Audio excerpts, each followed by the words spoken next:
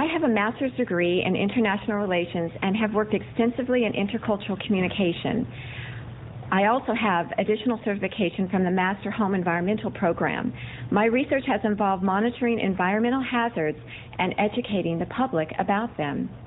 According to Food and Drug Administration testimony of 2000, FCC radio frequency radiation guidelines are based on protection from acute injury from thermal effects of RF exposure and may not be protective against any non-thermal effects of chronic exposure.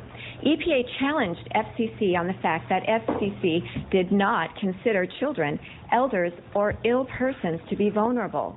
Such vulnerability is well established. Since FDA and EPA both cite inadequate FCC protection, the city must establish monitoring and mitigation efforts in its ordinance. These fall within your authorities under the Telecom Act. Monitoring should be performed by independent engineers whose services can be funded by way of the wireless company's payments to the city and to private hosts of infrastructure. Mitigation should involve the city's provision of RF shielding materials in high-exposure residential and school areas. Because antennas are often disguised and hidden, the public must be informed of their whereabouts. I urge you to post on the city's website a comprehensive list of antennas with their owners and frequencies. One general source is antennasearch.com. T-Mobile asserts on its site that the wireless industry is tightly regulated by the FCC, which sets and enforces very conservative, science-based RF emission guidelines to protect public health. In fact, U.S. regulations are among the most lax in the world. Environmental exposure or power density can be measured in microwatts per square centimeter. FCC allows the public 1,000 microwatts per square centimeter for microwave radiation. This is based on a 30-minute exposure, not a 6-hour school day.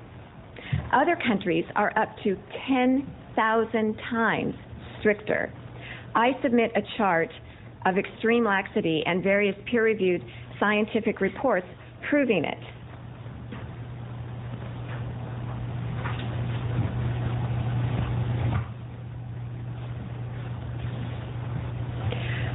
For example, Santini et al. Conclude from these results, it is advisable that cellular phone base stations should not be sited closer than 300 meters to populations.